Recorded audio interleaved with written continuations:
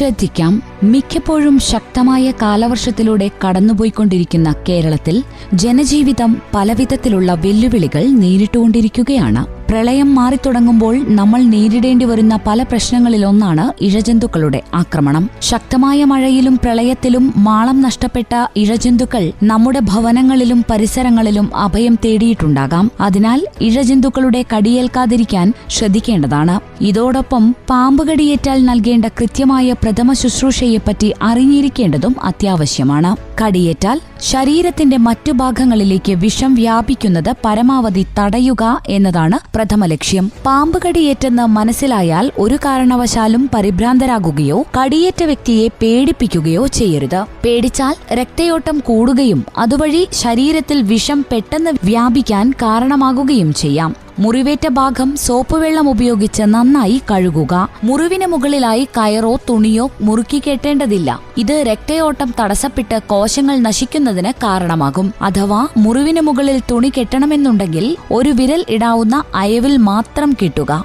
നിങ്ങളുടെ പരിസരത്ത് പാമ്പ് കടിക്കുള്ള ചികിത്സ ലഭ്യമായിട്ടുള്ള ഏറ്റവും അടുത്ത ആശുപത്രി മനസ്സിലാക്കി എത്രയും വേഗം വൈദ്യസഹായം ലഭ്യമാക്കുക. കടിച്ച പാമ്പിനെ അന്വേഷിച്ച് സമയം പാഴാക്കരുത്. പാമ്പിനെ കാണാതെ തന്നെ ഡോക്ടർമാർക്ക് വിഷമുള്ളതാണോ അല്ലയോ എന്ന് മനസ്സിലാക്കാൻ സാധിക്കും. പാമ്പിനെ മനസ്സിലാക്കിയാൽ ഏതാണെന്ന് ഡോക്ടർമാരോട് പറയാവുന്നതാണ്. മുറിവ് വലുതാക്കി രക്തം കളയുകയോ വലിച്ചെടുക്കാനോ ശ്രമിക്കരുത്. കല്ല്, ഐസ്, പച്ചിലകൾ ഒരു കാരണവശാലും മുറിവിൽ വെക്കരുത്.